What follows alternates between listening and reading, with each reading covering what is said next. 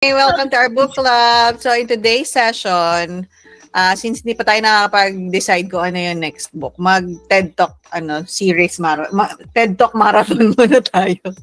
Ayan, ito ay raw reaction video. Raw reaction ng sa TED Talk. Alright, let's go. Let's do it.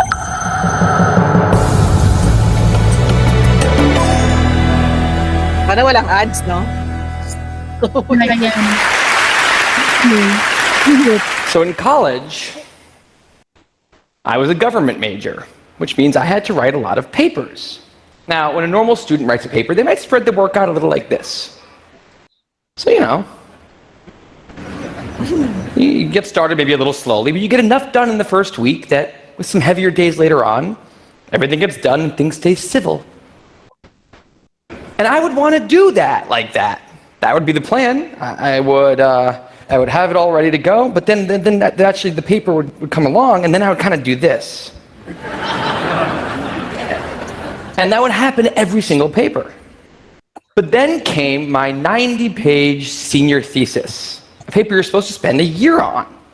I knew for a paper like that, my normal workflow was not an option. It was way too big a project. So I planned things out, and I decided I kind of had to go something like this. This is how the year would go. So I'd start off light, and I'd bump it up in the middle months. And then at the end, I would kick it up into high gear. It's just like a little staircase. How hard could it be to just walk up the stairs? No big deal, right? But then, funniest thing happened. Those first few months, they came and went, and I couldn't quite do stuff. So we had an awesome new revised plan. But then those middle months actually went by, and I didn't really write words. And so we were here. And then 2 months turned into 1 month, which turned into 2 weeks. And one day I woke up with 3 days until the deadline, still not having written a word. And so I did the only thing I could. I wrote 90 pages over 72 hours, pulling not one but 2 all-nighters. Humans are not supposed to pull 2 all-nighters. Sprinted across campus, dove in slow motion, and got it in just at the deadline. I thought that was the end of everything. But a week later, I get a call. It's the school. And they say, "Is this Tim Urban?" And I say, "Yeah." And they say, "We need to talk about your thesis." And I say, "Okay." And they say, "It's the best one we've ever seen."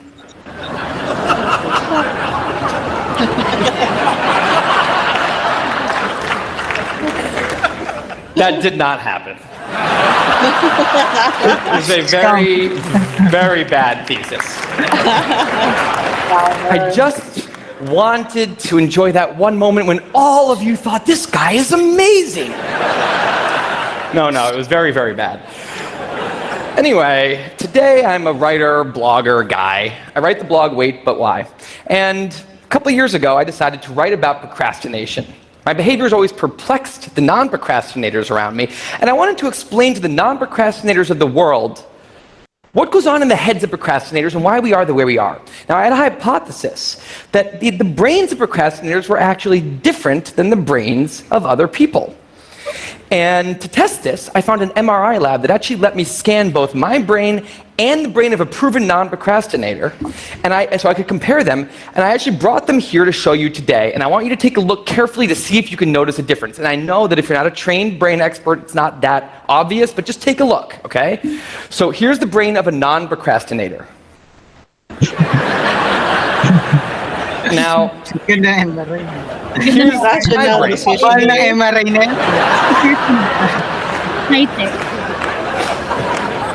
There is a difference. Both brains have a rational decision maker in them, but the procrastinator's brain also has an instant gratification monkey. Now, what does this mean for the procrastinator? Well, it means everything's fine until this happens. So the rational decision maker will make the rational decision to do something productive, but the monkey doesn't like that plan. So he actually takes the wheel and he says, "Actually, let's read the entire Wikipedia page of the Nancy Kerrigan Tanya Harding scandal because I just remembered that happened." Then we're going to go over to the fridge. We're going to see if there's anything new in there since 10 minutes ago. After that, We're going to go on a YouTube spiral that starts with videos of Richard Feynman talking about magnets and ends much, much later with us watching interviews with Justin Bieber's mom. All of that's going to take a while, so we're not going to really have room on the schedule for any work today. Sorry. Now, what is going on here? The instant gratification monkey does not seem like a guy you want behind the wheel. He lives entirely in the present moment. He has no memory of the past, no knowledge of the future, and he only cares about two things: easy and fun. Now, in the animal world, that works fine. If you're a dog and you spend your whole life doing nothing other than easy and fun things, you're a huge success. And to the monkey, humans are just another animal species. He has to keep well slept, well fed, and propagating into the next generation, which in tribal times might have worked okay. But if you haven't noticed, now we're not in tribal times. We're in an advanced civilization, and the monkey does not know what that is, which is why we have another guy in our brain, the rational decision maker, who gives us the ability to do things no other animal can do. We can visualize the future. We can see the big picture. We can make long-term plans. And he wants to take all of that into account. And he wants to just have us do whatever makes sense to be doing right now. Now, sometimes it makes sense to be doing things that are easy and fun, like when you're having dinner or going to bed or enjoying well-earned leisure time. That's why there's an overlap. Sometimes they agree. But other times, it makes much more sense to be doing things that are harder and less pleasant for the sake of the big picture, and that's when we have a conflict. And for the procrastinator, that conflict tends to end a certain way every time, leaving him spending a lot of time in this orange zone, an easy and fun place that's entirely out of the make sense circle. I call it the dark playground. Now, the dark playground is a place that all of you procrastinators out there know very well. It's where leisure activities happen at times when leisure activities are not supposed to be happening. The fun you have in the dark playground isn't actually fun because it's completely unearned and the air is filled with guilt, dread, anxiety, self-hatred, all those good procrastinator feelings. And the question is, in this situation, with the monkey behind the wheel, how does the procrastinator ever get himself over here to this blue zone? A less pleasant place, but where really important things happen. Well, turns out that the procrastinator has a guardian angel, someone who's always looking down on him and watching over him in his darkest moments. Someone called the panic monster.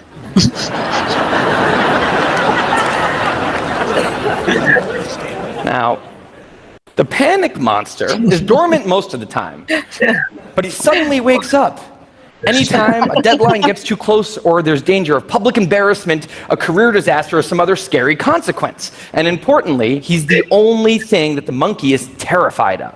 Now, he became very relevant in my life pretty recently because the people of TED reached out to me about 6 months ago and invited me to do a TED Talk. Has this gone too far? Skunk water sprayed on wood. Okay.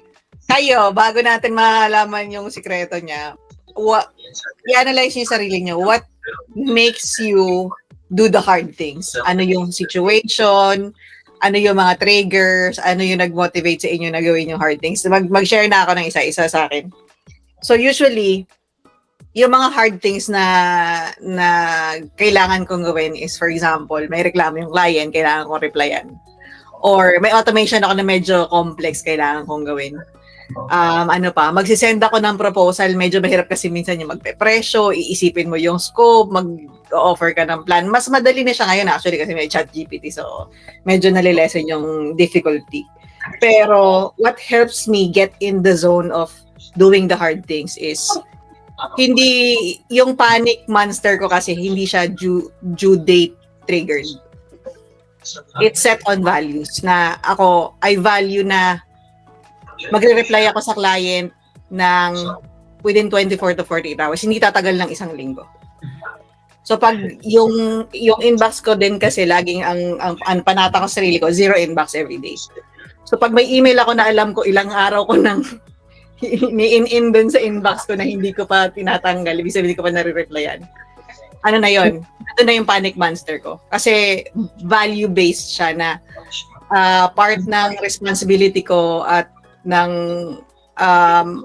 ano ko sa sarili ko, ng importance na binavalue ko is yung pagbibigay ng great experience to our clients.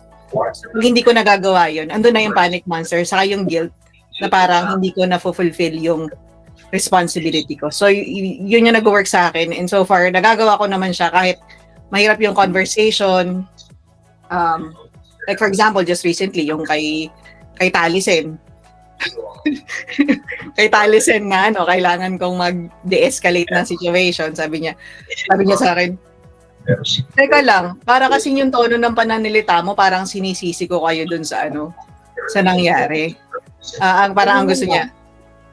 Sabi ko, wait lang kasi binase ko lang dito sa statement mo na, pero ang statement niya is, that doesn't exclude the fact na your automation may have triggered this. Kasi na-consume yung automation niya, pinuprove ko sa kanya na hindi namin automation to, hindi kami nagawa nito, ang trigger nito has nothing to do with what we did. So talagang it was a difficult conversation that I had to that I had to take on. Pero just being very objective na kahit na mayroon yung conversation, nag-rely lang ako sa facts without being emotional. Pero sa totoo lang, ito sa emotional email exchange pa lang yun. Hindi pa included yun yung mga calls na kasama yung client. Grabe. May mga mga alaala mo kaya ng mga calls na naalala ko na nasa Dubai. My God. Ayun. So, yun yung nakakatulong sa akin na doing the hard things and taking on difficult tasks on a daily basis to. Hindi lang ito yung kay Tali. Daily basis yan. Mas marami pang mas difficult na I had to endure and I had to power on. Pero yun, it goes back ko, ano ba yung importante sa akin at nagagawa ko yun. I wanna make sure na nagagawa ko yun based dun sa mga bagay na talagang pinapahalagahan ko. Yeah. Kasi ito lang yung isa sa mga recently na ang dali kasi na maging motivated when things are going right. Yes. Ang hirap maging, yun nga, when the going gets tough, the tough gets going. You have to be really tough na kahit hindi okay yung sitwasyon, hindi favorable, may mga hindi nangyaring okay, pero you show up.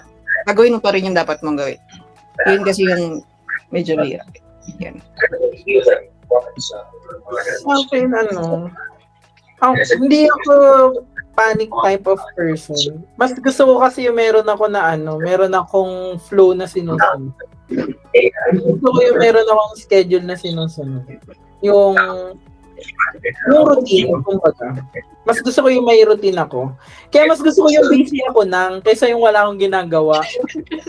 Kasi kapag wala akong masyadong ginagawa, hindi ko ma-build yung routine ko. Kaya mas gusto ko yung maraming task. Pero paano pag hindi iba-iba yung may mga bago everything? Yun nga, yun yung doon ako nawawala sa flow kapag paiba-iba yung kailangan kong gawin. Kaya challenging sa akin yung kapag maraming escalations of all sorts. Kasi nagugulo yung flow ko. Tapos na-affect talaga ako noon, as in minsan kailangan ko mag-breather muna, ganun, para makagalaw ulit ako. Pero ang pinaka-panic ko is yung band ko kasi sa sarili ko, the way I see myself is I'm a high performer. So ayaw ko na hindi yun yung tingin sa akin ng tao. Kaya kapag feeling ko I'm not delivering, kailangan ko mag-deliver, ganun. Yun yung panic monster ko. Parang more than I don't want to disappoint other people, I don't want to disappoint myself. Nakaganda. Pwede niyo rin i-share yung naghihinder sa inyo para to make yung to take on difficult tasks. If walang na example din sa other side. Ang panic monster ko, due date. Parang pag, bukas na to, puta, bigla nagpo-focus mode on. Tapos, other than that, iniisip ko yung mga before escalation. Pag alam kong mag-escalate na yan, ganyan. Alam ko na kung paano i-de-escalate. Tapos, pag nasusunog na, siguro dahil nung QA ako, puro firefighting yung ginagawa ng mga boss. Ako yung firefighter. Patayin na yung apoy. Ikaw na, deploy ka na kagad. Yung tipong hindi mo alam kung saan ka pupunta, gagawa ka na lang ng pass. So, gugulat na lang siya. Ay, okay, tapos na. Opo, okay na. Tapos, mapapagod na ako. Yung mga yung mga important, not urgent, na nalilimutan na kasi nga napagod ako dun sa pagpatay ng apoy. Magiging, nagiging urgent na sila, sunod-sunod. Pero, yun nga, siguro nasanay ako na lahat, pina-firefight ko dahil dun ako pinapadala, na yung mga important na nagiging urgent later on. So, nagiging cycle siya.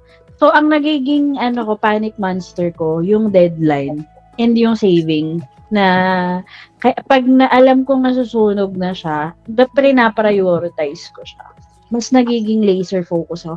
Kaya kapag meron kunyari na So, pag hindi pa nasusunog, hindi pa importante.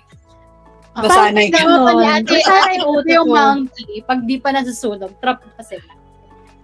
Meron kaming accident ni Kiki before na nadulas yung namin sa Baguio. 'Di ba pababa yung doon mga daan doon. Nadulas yung yung motor namin. Pagkadulas namin, buti wala kaming kasunod. Yung utak ko automatic na tinayo ko si Kiki, tinayo ko yung nagkaroon ng adrenaline rush.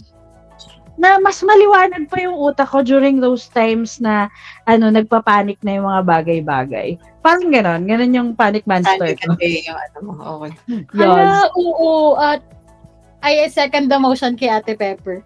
Parang mas may clarity kapag nagkakagulo na yung mundo. Parang kasi out of all the chaos, parang biglang may nakikita kang straight line na hindi natin. Tapos kapag walang chaos, parang sounds like someone I know. Pag walang chaos. Hindi mo alam yung gagawin mo kasi walang chaos. Hindi nagtatribe. Parang nagkasunog sa compound namin na parang isang bahay na lang yung pagitan.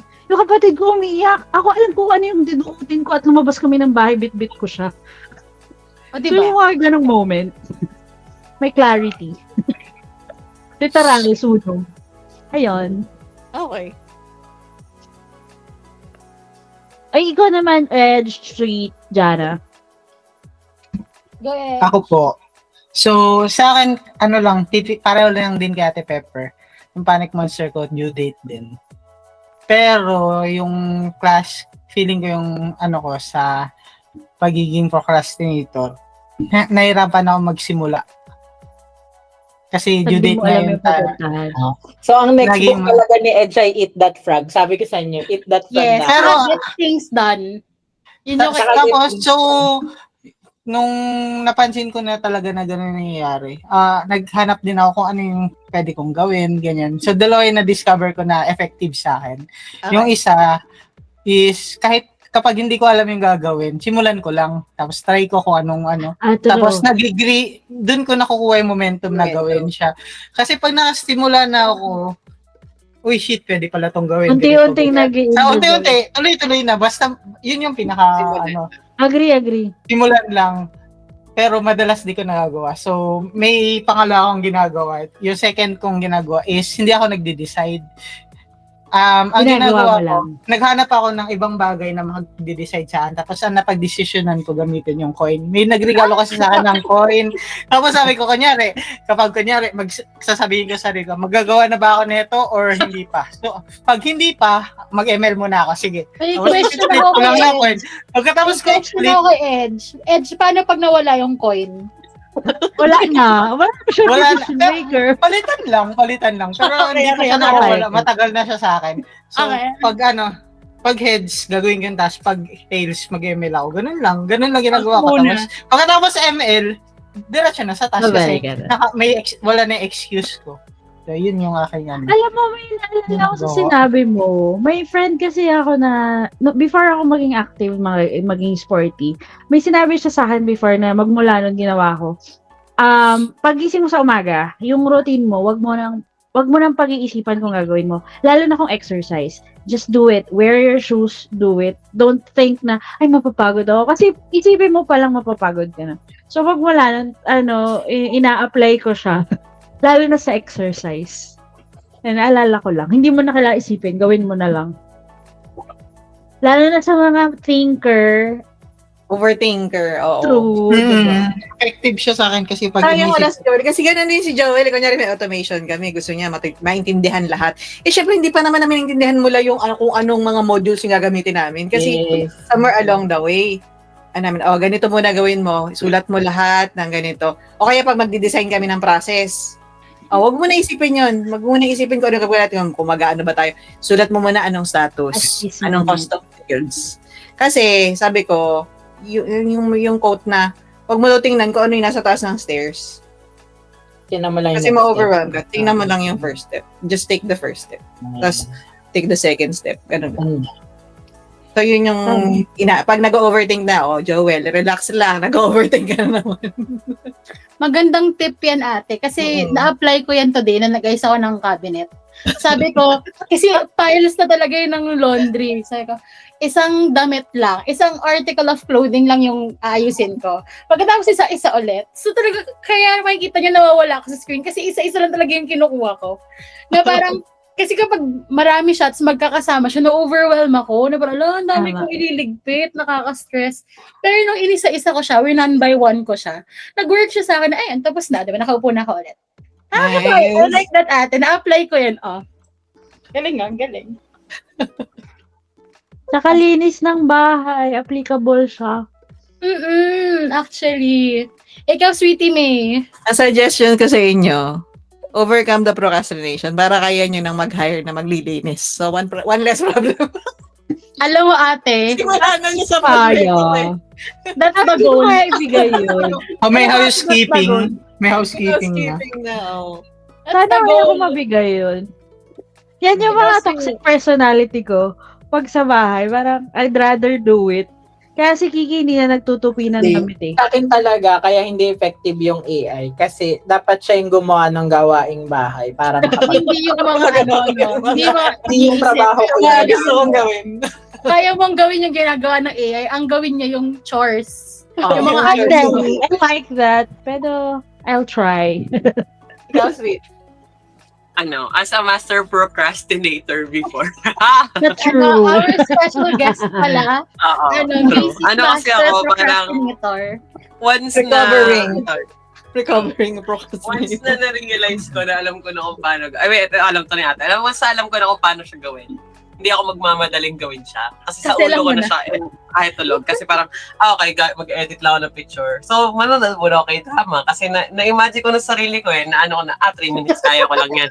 Kahit technically 1 hour siya gagawin. Kaya ko na yan, na-imagine ko na yung design, okay na. May ganong ideas ko lagi. Pero Nag-create alam mo ako yun, ng parang- fire. Ako yung panic monster. Isara mo yung TV. Oo. Kala ko yung kwentong yan. So, ang panic monster ni ate, ay ang panic monster ni Sweet ay si Ate Eloy. Yes. Nina. Dapat So, ganyan tatawag buhok siya. mo Eloy. Ano oras na? May meeting ka ng 4:30 na-reschedule ng 6:30. Tapos bababa ako 6:25. Puta, nagulo-gulo po yung buhok ko. Shit, gago 5 minutes na lang ate-ate. Hindi pa nagre-restart yung laptop ko. Ganun. Panis mo lang ni Joel. Si Eloy din yung panic monster. Oo, may ganun Baby ako. on the edge. Dati literal. Bakit lang Girl. parang feeling ko nga, kailangan ko mag-create ng fire para sa inyong lahat. Kasi pare-pareho ko yun. Oo, ate. Kasi nag-drive kami pag may fire.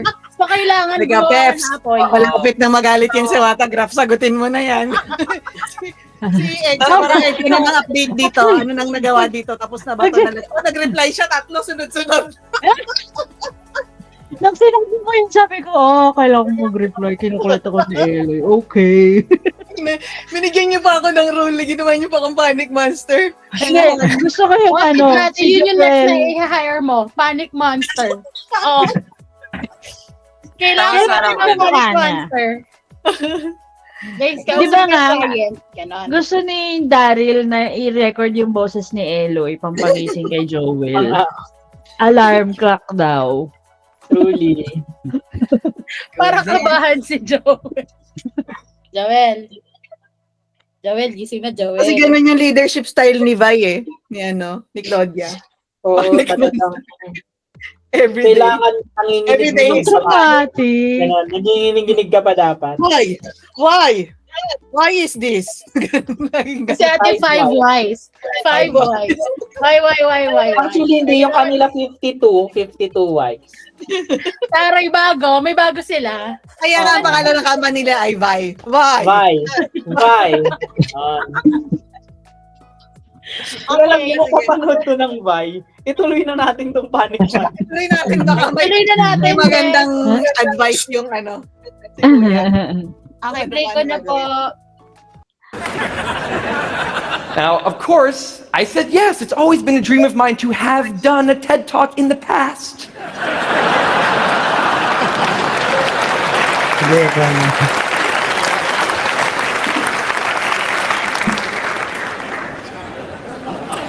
But in the middle of all this excitement, the rational decision maker seemed to have something else on his mind. He was saying, we clear on what we just accepted? Do we get what's going to be now happening one day in the future? We need to sit down and work on this right now. And the monkey said, totally agree, but also let's just open Google Earth and let's zoom into the bottom of India, like 200 feet above the ground, and we're gonna scroll up for 2.5 hours till we get to the top of the country so we can get a better feel for India.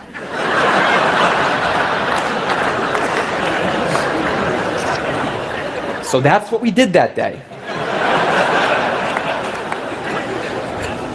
As 6 months turned into 4, and then 2, and then 1, the people of TED decided to release the speakers.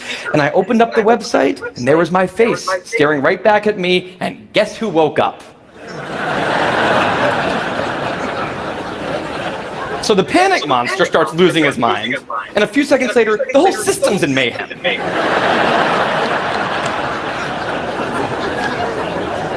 And the monkey, who, remember, he's terrified of the panic monster, boom, he's up the tree. And finally, the rational decision maker can take the wheel and I can start working on the talk. Now, the panic monster explains all kinds of pretty insane procrastinated behavior, like how someone like me could spend 2 weeks unable to start the opening sentence of a paper and then miraculously find the unbelievable work ethic to stay up all night and write 8 pages. And this entire situation with the 3 characters, this is the procrastinator's system. It's not pretty, but in the end, it works. And this is what I decided to write about on the blog just a couple years ago. Now, when I did, I was amazed by the response. Literally thousands of emails came in from all different kinds of people, from all over the world, doing all different kinds of things. These were people who were nurses and bankers and painters and engineers and lots of PhD students. And they were all writing saying the same thing. I have this problem too. But what struck me was the contrast between the light tone of the post and the heaviness of these emails. These people were writing with intense frustration about what procrastination had done to their lives, about what this monkey had done to them. And I thought about this, and I said, well, if the procrastinator system works, then what's going on? Why are all these people in such a dark place? Well, turns out that there's 2 kinds of procrastination. Everything I've talked about today, the examples I've given, they all have deadlines. And when there's deadlines, the effects of procrastination are contained to the short term because the panic monster gets involved. But there's a second kind of procrastination that happens in situations when there is no deadline. So if you want to have a career where you want to be a self-starter, something in the arts, something entrepreneurial, there's no deadlines on those things at first, because nothing's happening at first, not until you've gone out and done the hard work to get some momentum, to get things going.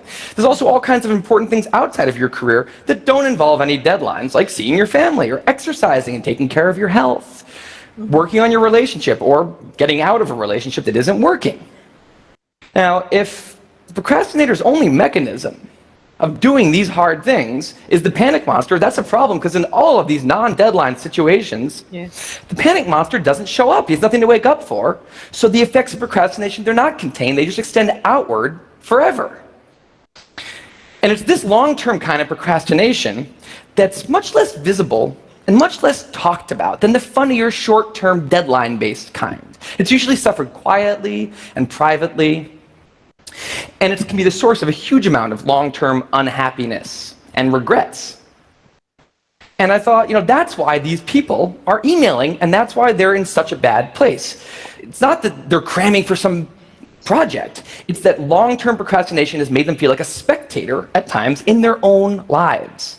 The frustration was not that they couldn't achieve their dreams, it's that they weren't even able to start chasing them. So I read these emails and I had a little bit of an epiphany that I don't think non-procrastinators exist. That's right. I think all of you are procrastinators. Now, you might not all be a mess, like some of us. And some of you may have a healthy relationship with deadlines. But remember, the monkey's sneakiest trick is when the deadlines aren't there. Now, I want to show you one last thing. I call this a life calendar. That's one box for every week of a 90-year life. That's not that many boxes, especially since we've already used a bunch of those.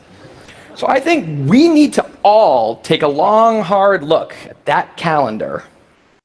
And we need to think about what we're really procrastinating on, because everyone is procrastinating on something in life. We need to stay aware of the instant gratification monkey. That's a job for all of us. And because there's not that many boxes on there, it's a job that should probably start today. Well, maybe not today, but sometime soon. Thank you. Ngayon lang. Walang anong gagawin? OMG, naalala ko nung pinanood ko to 2018 or some time ago. Hindi man siya 2018. Dito, nagpanik ako. Kasi may mga na-oversee ka na mga task na wala palang deadline, hindi mo chinay. Oo, yung tipong, kunyari, sabi ko, shit, gusto ko ng ganito, gusto ko ng ganito. Nung time na yun, kung ano-ano pinagkukuha ang training eh. Kasi nagpanik. Yun yung biglang naging interested ka sa lahat. Yes. Pero from that time on, every year, meron akong isang training na kinukuha. Regardless what it is. But it is aligned with what I want, how I want it to be years after. Ayan, yun lang. Pero maganda naman. At least pina-realize niya na, wait lang, sige, medyo okay naman ako sa deadline, for example ako. Pero may mga bagay na, what if you spent your life procrastinating na you're at an age na hindi mo na-pursue yung passion mo, hindi mo alam kung anong gusto mo, kasi you didn't try. Walang deadline yun eh. Yeah. Diba? Kung dumating ka na sa point of no return na, what happened to my life? Sa akin yan yung dahilan kung bakit bumili ako ng St. Peter's. Kumuha ako ng mutual funds, kumuha ako ng insurance. At that time, sabi ko, sa tsaka na ako bibili pagka malaki-laki na yung sweldo ko. Pero nung umabot yung point na na-realize ko, if nung 2014 or 2012, may binabayaran akong condo, at that time 5,000 pa lang yung mga condo, diba? Siguro, ngayon meron akong sariling pinapa-Airbnb, ganyan, na hindi ko na-realize that time na, lumalaki nga talaga yung pera. So, at that 5 years, tapos na agad. Ngayon, nung natapos ko yung St. Peter's, ang bilis ng 5 years. Tapos ko na siya. Ready na po ako. Ready na po. Hinamon bigla si Lord. So, ang biggest question mark dyan, now na na-realize natin na, ito, may mga task pala na walang deadline. Ultimately, paano natin i-overcome yung mga procrastination na ngayon? I think that's something that we need to brainstorm about. Feeling ko ate, yung one thing na realization ko lately, kasi pinanood ko yun last week. Naganap ako ng 7 TED Talks na motivational. Kasi feeling ko, nice. Nauna na sa ating street, guys. Nandun ako sa point kasi na ngayon ko palang pinaplan out yung everything. Tapos wala pa yung housemate ko, umalis pa siya. Alam mo yung nag-boom na yung career niya, parang, fuck, okay naman ako, masaya ako, pero hanggang dito lang ba yung contentment for satisfaction ko? Parang nandun ako sa point na yun na parang, okay, nung una, gusto ko lang magkaroon ng bagong phone kasi muntik na mawala yung fingerprint ko doon sa dati ko cellphone, mga ganon. Yun lang, parang ganon. Pero nakuha ko na siya this time. Okay na yung setup ko, maayos na yung kwarto. Parang, eto lang ba yung moment na magsastop ako for achieving other things when alam mo mas capable ka. Tapos yung na-realize ko din siguro lately, parang, all throughout dun sa 5 years na paglalaro ko at pagiging manginginom ko, na nag-enjoy ako dun sa, yung monkey ko na yun, parang yung realization is when we do easy and fun things when they're not supposed to, parang darating ka sa point na dun mo marirealize na that fun isn't actually fun at all. Kasi imagine na parang I wasted 5 years na araw-araw ka nagiinom. Ilang bote ng alak yun, girl. May kondo na sana ako ngayon. May kotse na sana ako ngayon sa bote ng alak na pinangandon ko. Siguro meron akong limited. Parang doon mo siya marirealize eh. Lately siya magkikick in. Kasi parang ngayon mo palang ina-account. Ngayon pa lang ako nag-a-account na ito na yung nagagastos ko per month. Oh my God, ang laki niya pala. So ibig sabihin moving forward, hindi na pwedeng bumaba ng ganito yung sahod ko. Kasi ito na yung daily expenses ko. Ito na yung lifestyle ko. Pag bumaba ako, magkakaroon na ako ng self-pity na fuck, bakit hindi ko na nakukuha yung mga ganun. Yung mga ganun, kasi masyado mo naitaas yung standard ng lifestyle mo. Tapos parang feeling ko this time around, parang minsan makapaisip ko, nalalabas pa ako, ay shit, hindi pala pwede kasi may meeting ako. Tapos mamadaliin ko na naman yung sarili ko, ako lang yung mapapagod. So wag na lang, gagawin ko na siya ngayon. Parang ganon. So at some point, yun yung naging ko. Tapos baby steps lang. Parang let's start na magawa mo lang yung daily task mo na na-assign mo sa sarili mo. Tapos syempre, magkakaroon ng self-gratification. Oh my God, na-complete ko yung 10 tasks for today. Hanggang sa, at some point, magiging habit na siya slowly na, ayun, hindi ako nag-start ng day na hindi na nakaayos yung kama ko. At yun na yung pinaka-bare minimum. Na actually, dapat talaga noon, dati pa lang college, yun na dapat yung bare minimum na naka-assign sa'yo eh. Kasi kwarto mo yun. Pero hindi mo siya nakikita kasi ang ine-expect mo ay gusto ko lumabas. Kailangan maganda ako today. Yun lang. Parang mga ganun. Diba? Parang littlest things. Pero hindi mo may imagine na it's actually making such a big change. Kasi yun yung nagiging yung mindset na kapag maayos yung kama ko, I can perform much better on my task. Kasi hindi magulo yung nasa environment ko. Parang yun. Ewan ko. Yun. Naalala ko, sweet, i-annualize mo, lalo na yung mga ginagastos mo. Kasi pag annualize, katulad ng Yossi or yung vape, kung bumibili ka ng vape, how many vape do you buy in a year? How much is it? Nung kinumpute ko siya dun sa Yossi dati, sabi ko, alam ko gagastos ko. Kasi 30 mil isang taon. Ang dami nang nagpong training nun. Diba? Pero sa work na kailangan mong gawin or exercise, little by little naman yung titingnan mo. So, may mga bagay na titingnan mo siya na ano yung first step na pwede kong gawin at gagawin ko siya 1% daily. Tapos yung isa naman, yung expense naman na ginagastos natin. How much is it in a year? So, I can see the holistic view of those things. Ayun. Anong iniisip mo, Eloy? Nag-iisip kasi ako eh. Ako yung idea ko dun sa pag walang deadline ng mga tasks or yung mga procrastination without deadline. Ang pinaka nakita kong solution for me is yung goal setting. Parang isa-set mo siya as goals. So pag na-set mo na ito yung mga ito yung mga goal kasi wala siyang deadline eh. So you just list them all. Tapos pag na-list mo na siya, you break them down. Tapos, dun mo siya pwedeng gawin na, sabi nga ni Switch, baby steps. Dun mo siya baby steps in. Tapos, ayun. Kasi pag nagawa mo yun, makikita mo kasi na possible siyang magawa pag na-breakdown mo na siya.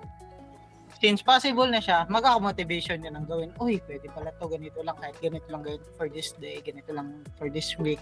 Eventually, in this year, ganito yung magiging result niya. Alam mo, Edge, yan yung habit to discussion sa 7 Habits. Tapos nalala ko kasi may video dyan na pinakita sa workshop. Yung tatay na pinaglinis niya ng lawn yung anak niya. Oh, so, si Stephen Covey nga yung bata na yun. Yung kwento. Yes, oo. So, ayun, yun naalala ko dyan. So, tama yung suggestion. I love it.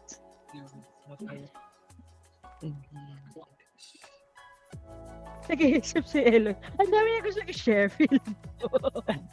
Iniisip mo talaga kung ano yung pwedeng gawin. Kung ano yung yung ano yung mga practical ways on how to overcome. Feeling ko kasi ate nagva-vary siya per person. Yeah. Like, What it works, sa akin, what for works for you. example, ang motivation ko alarm clock. Like, doon ko nare-realize na wala na ako sa track sa task ko for today. Like, ang daily stand-up ko, 11:30 ko siya ginagawa PM. So, it works for me na nare-remind ako na, okay, 8 PM start na dapat ng login mo, 12 AM, log out. Pero kung may additional work. Pero may alarm ako for everything na nagsa-start and end. Parang mga ganun. Or nung daily tasks na dapat kong ginagawa. Yun yung reminder ko na dapat ko siyang i-push through. Yun yung nag-work sa akin. Tsaka nagsa-start ako nung una na may, visual. Gusto ko may sinusulat. So, lahat ng tasks ko nung una daily, pag hindi nasa notebook, nasa sticky notes, para kita ko siya, na pag open ko pa lang nung, nung desktop ko, ando na yung task list ko. Okay, check ganyan, check ganito, check ganyan. Tapos yun. Tapos pag nakukuha ko na siya ng per daily, nakompleto ko siya ng 7 days. Feeling ko, okay na siya. Next week, magagawa ko na siya. Nang kahit wala nung checklist. Parang small, muna. Baby steps na. Isa-isang task lang. I mean, yun nag-work sa akin, pero hindi ko alam. Sa iba. Feeling ko, nag-respond kasi tayo sa iba't ibang, anong tawag? Situation. Stimulate. Meron kasi na ang gusto is fear. I mean, hindi nila gusto yung fear, pero doon sila nagre-react. Meron naman ang gusto is So, mga reward. risk averse. Ako kasi is more on reward, kung rewards driven ako. Alam mo yun, nang bilang mo kang pera. So, mas rewards driven ako. Sa akin nag-work talaga yung goal setting tsaka planning. Planning ahead. Hindi ako yung type of person na ano mangyayari sa akin. Hindi ako ganun. Hindi ako panic type. Mas nilolook forward ko yung future. Pero meron kasing ganun na panic type. So, sa kanila, nag-work yung, itry nyo i-compute, ang average lifespan ng Pinoy, 70 years lang. Tapos i-compute nyo kung ilang taon na kayo ngayon, tapos i-divide nyo yun into days, i-times nyo yun into days, tapos i-divide nyo into weeks. Or kahit i-times nyo na lang into weeks. Huwag nyo tingnan yung days. Huwag nyo Kuya na tingnan yung lost ako doon sa map. may times na lang pala in 2 weeks. Kasi yung iba, ang tinitingnan kasi nila, natutunan ko to dun sa isang nag-coach sa amin dati nung super active pa ako sa Yusana. So, may nag-coach sa amin. Yung iba kasi ang tinitingnan nila how many hours you have, how many days you have. Those are big numbers. Di mo siya masyado ma-appreciate. Pero pag tingnan nyo kung ilang months or weeks lang meron kayo. Kasi ang bilis lang ng isang week, di ba? Kunyari ngayon, 1 week na ulit, tapos na ulit tayo ng 1 week. Kasi imagine nyo, kaka-compute ko lang ng akin, meron na lang ako 2,100 weeks. So kung yun ay hanggang 70 Sana ko 50 ka lang. if you think about it, actually, yung active ka, yung very active ka pa, hanggang mga 50 lang yun eh. Yung healthy ka talaga, unless super duper na control mo yung diet mo, wala kayong genetic diseases sa family, wala kayong mga hereditary diseases. Bihira lang yung beyond 60 is healthy pa eh. 'Di ba? I-assume na lang natin na sa 50. Kung sa 50, di meron ka na lang 20 years times 12 months, ilang months na lang yun times weeks. Ilang weeks na lang yun. Na talagang marami ka pang magagawa. So yun, nag-react doon yung sila, risk averse. Mas nagre-react sila sa fear. Ako naman, mas nilook forward ko yung, kunwari, ang goal kasi namin is, makapag-Europe trip next year. So magkano yung kailangan kong pera? Yun yung kailangan ko. Tapos, gusto rin namin mag-baby, pero meron kaming requirement na bago mag-baby, kailangan may ganito kaming ipon, ganitong time before ng ILR namin, ganun. So, yun yung kinukompute ko, yun yung tinitingnan ko. Ang panic ko is, with my current opportunities, kaya ko ba siya ma-achieve? Pag hindi, kailangan ko maghanap ng bagong opportunity. Ganun. Saka, hindi ko alam kung nakita niyo yung sa meme. Meme siya hindi siya meme. Parang motivational post. Kasi hindi naman siya nakakatawa eh. Or actually hindi siya motivational post eh. Sympathy post siya. Basta Na post. everyone has the privilege na magkaroon ng emergency fund. And although I believe na totoo yun, I also believe na lahat tayo is responsibility natin yung future natin. Kasi if mag-fall ka lang dun sa victim mindset na kasi sagad-sagad ako, lapat-lapat ako eh. Hindi ako naniniwala dun, lalo na ngayon, nung nagpunta Agree. kami sa UK. Kasi kung nandun kami sa lapat-lapat, kung tinuloy namin yung lifestyle namin nang dating namin dito, wala kaming ipon hanggang ngayon. Pero dahil nag-budget talaga kami, mabilis kami naka-recover. Kasi minsan meron ka lang mga expenses na kailangan bawasin eh. Meron ka lang mga kailangan i-reconsider. Na akala mo minor lang sila. Kaya nang sabi mo, Yossi, yung alak. Akala nyo minor lang yun eh. Pero imagine mo pag mag-pub kami, nung bago kami dito, parang almost every week kami nagpa-pub kasi lahat ng yaya, nag-join kami. Kasi imagine nyo magkano nagagastos namin doon. Tapos nung na-realize namin yun na nag-budget kami, ang laki talaga, ang laki na na-save namin. Nagulat nga sila, ang laki na na-save namin eh. Minor change lang. May mga minor changes lang talaga. Eat out, yung mga bisyo, bawasan lang yung bisyo, gano'n. Sabay may naghihipak. Buy ng clothes. Ayun, tas yun, di na rin kami, masyadong nag-shopping. Tas nakatulong yung hindi ko alam kung fan kayo, pero sa akin kasi, hindi naman sa akin important na branded or brand new yung damit ko. Ang important sa akin, maganda yung quality. Tas dito, sobrang kasi dito yung kami vintage shopping or yung parang ukay-ukay sa atin. Vintage shopping. Isip ko, vintage shopping, okay. Kuya, thrifting. Para Vintage ka mag-ukay-ukay. Thrifting.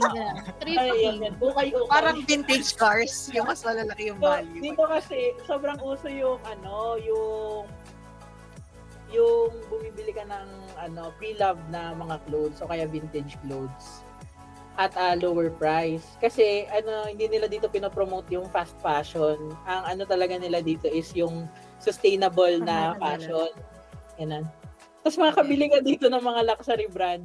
Although pre-love sila, mabibili mo lang sila ng sobrang mura talaga. Magtsatsaga ka lang maghanap. Pero ako, tinitingnan ko lang quality. Imagine nyo yung trench coat ko. Nabili ko lang guys ng 20 pounds. Hindi ko alam na branded siya kasi nakatago yung brand. Nung nakauwi na kami, nakita ko, Bershka pala yun. Nabili ko lang 1.4. 20 pounds. Mura. Mura for your place. Pero dito mahal na siya. Pero agree ako doon, Earl. Kasi Ate Pips, trench coat yun. As in, may Pero naalala okay lang ko kasi dati- wala namang gagamit ng trench coat sa Pilipinas. Agree. Mainit masyado. Pero Parang yung hindi iisip yung mo pala kasi- sa iba pagpapawisan ka na. Yung yung teammate ko dati, nung pares kami ng role tapos nung nag-supervisor na ako sa kanila, tinuturuan ko sila ng ng mga paano yung mga ganito for money, ganyan. Sinabihan niya ako na hindi ko kasi afford na mag-save ng savings, sabi niya sa akin. So, sabi ko, silipin natin, ano ba pinagkakagastusan mo? Ayaw niya. Kasi pala, every week, bumibili siya ng lipstick. Ilan ang lipstick niya sa bahay? Umabot ng 50. 50 balabi niya. So, yung mga ganon, yun yung mga realization na kailangan mo tingnan sa sarili. yes, o kaya yung mga friends kong sasabihin na hindi sila makapag-ipon pero laging bumibili ng sapatos, akala mo centipede. Parang ganun. Grabe naman yung sentiment. Meron kasi, hindi, talaga siya, consumerism talaga siya, consumerism and capitalism at its finest talaga. Promise yun talaga yung money drain. As in, o kaya yung hindi makasave pero gumagastos sa games. Yung mga ganon. Mga Or- kapatid ko, di makabayad ng utang pero laging may bagong laro, may bagong sapatos. Kasi hinihil nila Oh, yung diba? inner child nila. Kasi daw nung bata sila, Yung inner child hindi sila nagbe-birthday ng nanay ko. So, pag nagbe-birthday anak nila, kahit mangutang sila, pinag-celebrate nila. So, nung bata daw mapasok sila na sira ang sapatos. So, yung sapatos ng mga anak nila, 10. Kaya na ng mga Gen Z, ito yung mga inner child. Yung outer yun, mga adult inner mo, child. intindihin mo. Yung outer adult mo maghihirap. It's not true. Pwede naman Future na kapag adult nasira yung shoes tsaka bumili ng bagong shoes, diba? Sisirain mo yung shoes. Uy, Nag-search pero ako ng ibang mga TED Talks sa Uy, I have kwento, Ate Pepper. Alam niyo yung brand na R nagsimula sa R. Rusty Hindi Lopez. Rusty Lopez. Di ba ang tibay nun? Oo. Nung high school ako, yun yung sapatos ko. Talagang, alam mo yung inggit na inggit ako sa mga klase ko kasi every year nagpapalit sila sapatos. Ang sabi ng nanay ko, ang promise ng nanay ko, magpapalit ka ng sapatos kapag nasira yon.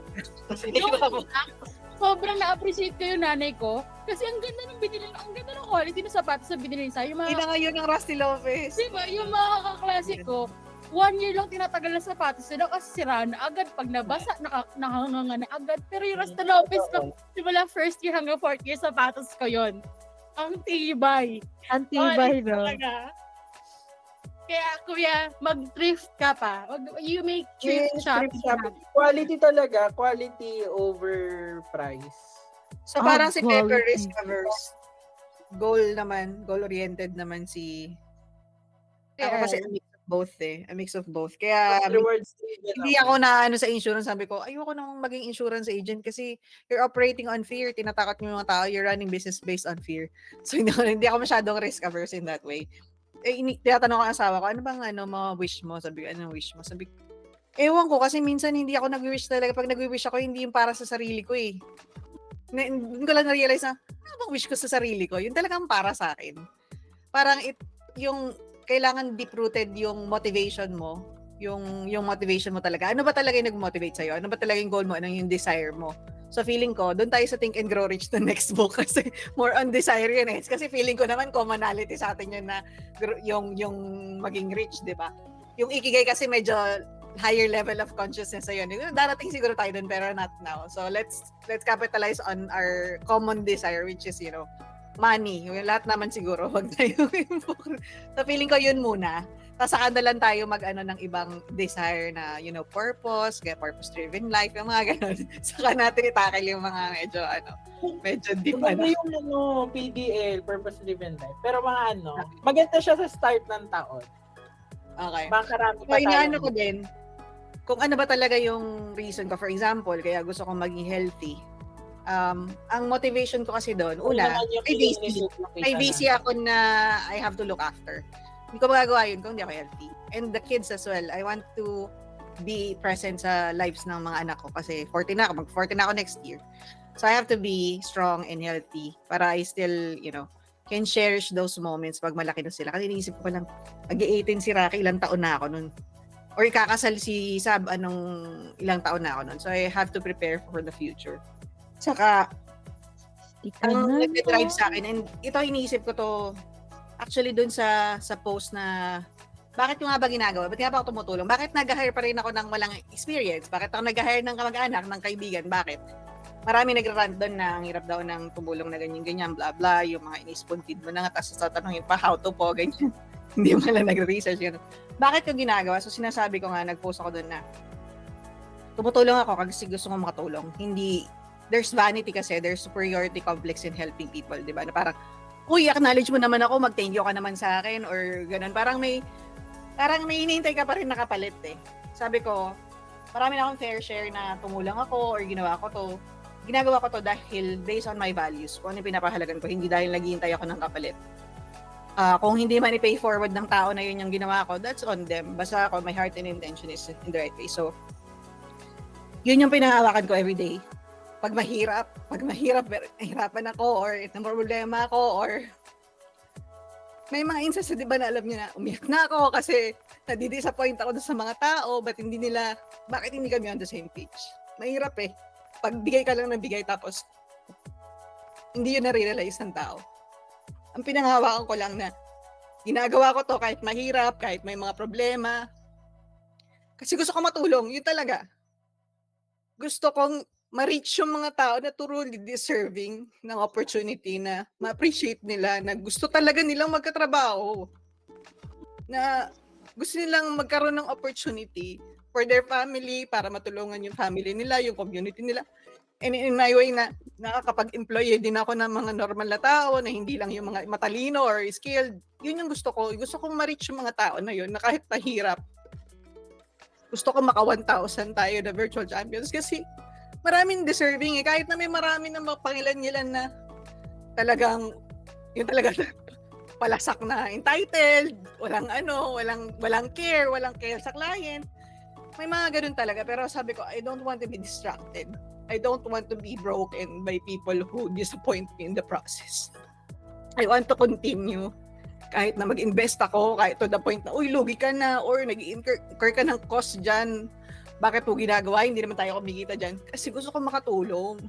Yun talaga yun. Kasi nung nag-start ako, masaya na ako na mag-$13 yung rate ko. Sabi nga, si Sweet nga, tingnan mo, nakikita mo. 6 digits ka na, tapos doon lang na-open yung eyes mo na, kaya ko pala. Ang gusto ko lang nun, mag-$13, guys. Mag-$13 per hour para maka 6 digits ako. Yun lang yung goal ko sa buhay. Never ko naman na in-aim na, gusto ko maging milyonarya. Hindi yun yung in-aim ko. Pero lahat naman tayo gusto yun. Pero gusto ko rin na maging marami pang Sweet, marami pang Tay, marami pang marami pang Joko, marami pang mga tao na matulungan na provide ng kahit skills lang, or opportunity, or chance lang na ma-prove yung sarili nila. Yun lang yung gusto ko. So, feeling ko yun yung dahilan para bakit ako bumabangon sa araw-araw. Kahit mahirap, kahit ang problema tayo, kahit may mga difficult na tao na we have to handle every day. Kasi gusto ko talaga makatulong. That's the reality of it. Madaming deserving. Marami pa ring deserving, guys. So, huwag kayong panghinaan ng loob kung may mga obstacles or may mga escalation na tayong ginagawa. Feeling ko kasi, ito lang yun. We just have to figure out how it works, and then tuloy-tuloy na. Basta yun, ginaground ko lang yung sarili ko na I'm doing this for that particular reason. Hindi ko alam kung bakit ako nag-emotion na okay naman. Ang saya nga ng birthday.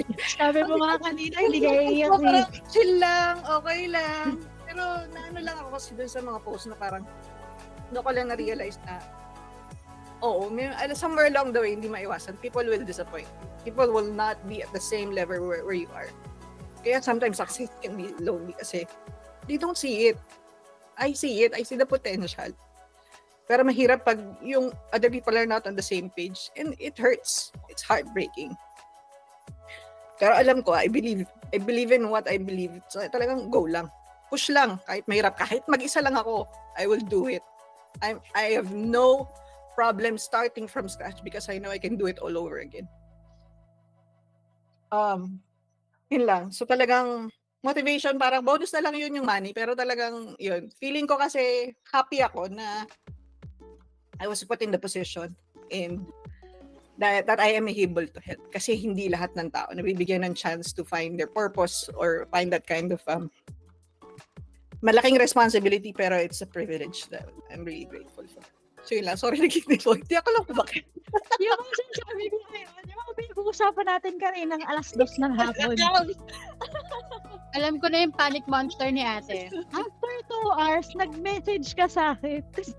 Same topic. Na-realize ko lang na parang ang hirap talaga. Ang hirap minsan na maging when you're at the position na yung kay Jude Bacalso, di ba?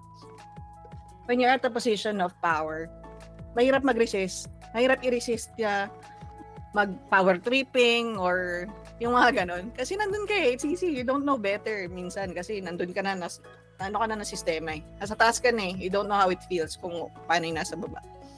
Kaya nga lagi ko sinasabi na empathy is at the core of our values, na we put ourselves in the position of people at the lower ends. Yung mga tao nagsisimula pa lang kasi medyo may na-achieve tayo ng konti. So, dapat grounded pa rin sa values natin. So, yun lang. Thank you so much. And that's our book next week!